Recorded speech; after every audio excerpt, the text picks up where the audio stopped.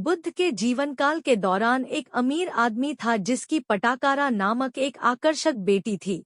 उसके माता पिता उससे इतना प्यार करते थे कि उन्होंने उसे अपनी हवेली की 7वीं मंजिल में रखा और उसे कहीं भी जाने नहीं दिया।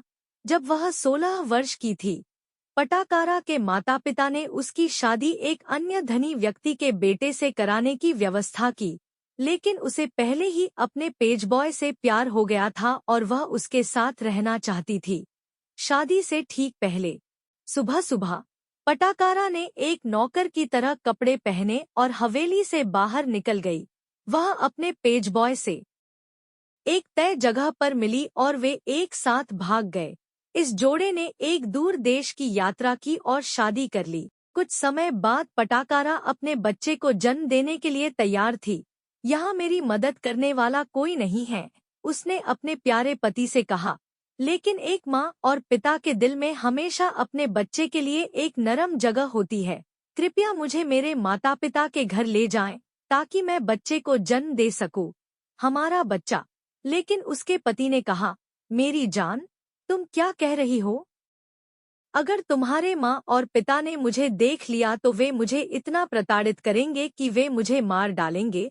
मेरे जाने का तो सवाल ही नहीं उठता।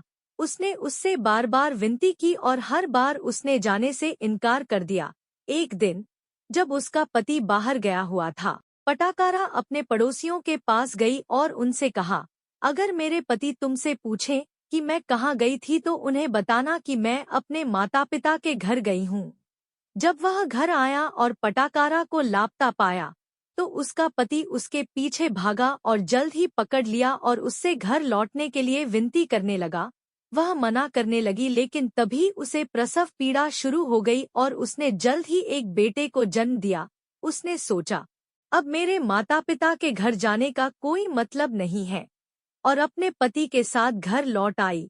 कुछ समय बाद वह अपने दूसरे बच्चे को जन्म देने के लिए तैयार हो गई और फिर से अपने माता पिता के घर चली गई, जबकि उसका पति काम पर था। फिर उसका पति उसके पीछे आया और उससे अपने साथ लौटने के लिए विनती की, लेकिन उसने इनकार कर दिया।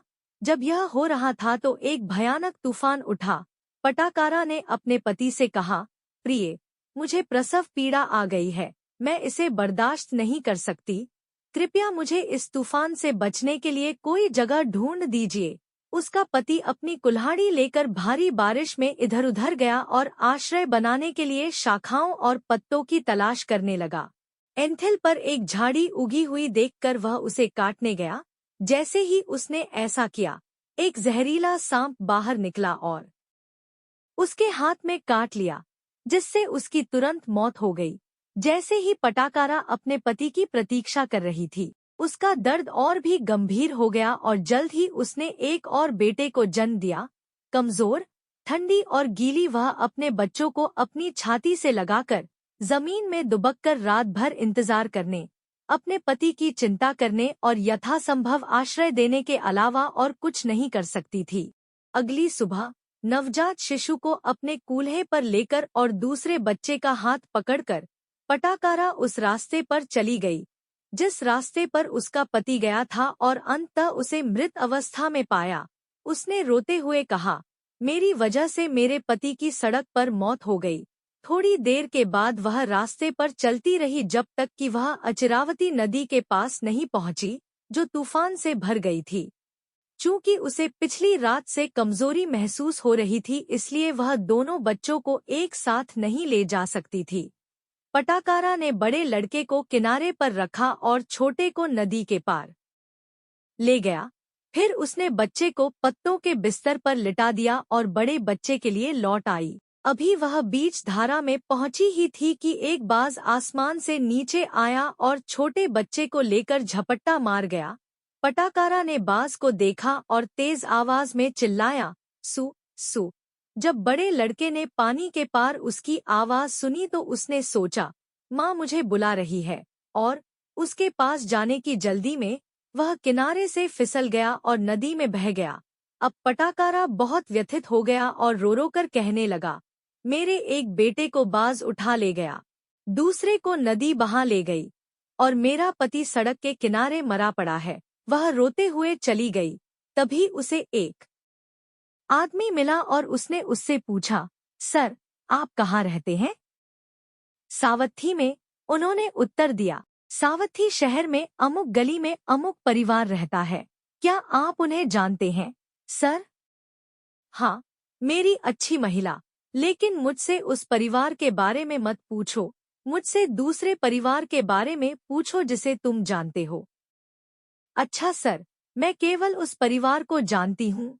कृपया मुझे उनके बारे में बताएं, उसने कहा। चूंकि आप जोर दे रहे हैं, मैं सच नहीं छिपा सकता, आदमी ने कहा। कल रात भारी बारिश में परिवार का घर ढह गया, जिससे सभी की मौत हो गई। अरे नहीं, पटाकारा चिल्लाया। हाँ, क्या तुम वहाँ वह आग देख सकते हो? उसने कुछ आग की लपटों की ओर इशारा करते हुए पूछा। वह उनकी अंतिम संस्कार की अग्नि है। पटाकारा ने जैसे ही यह सुना, वह दुहक से इधर-उधर लौटने लगी और जमीन पर गिर पड़ी। कुछ ग्रामीण आए और उसे जेतवन मठ में ले गए, जहाँ बुद्ध उपदेश दे रहे थे।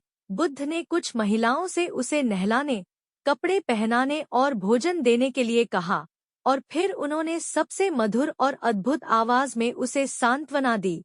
जब वह होश में आई और अपने अनुभवों के बारे में जानकारी हासिल की, तो पटाकारा ने बुद्ध से उसे दीक्षा देने की प्रार्थना की। इस प्रकार पटाकरा एक भिक्षु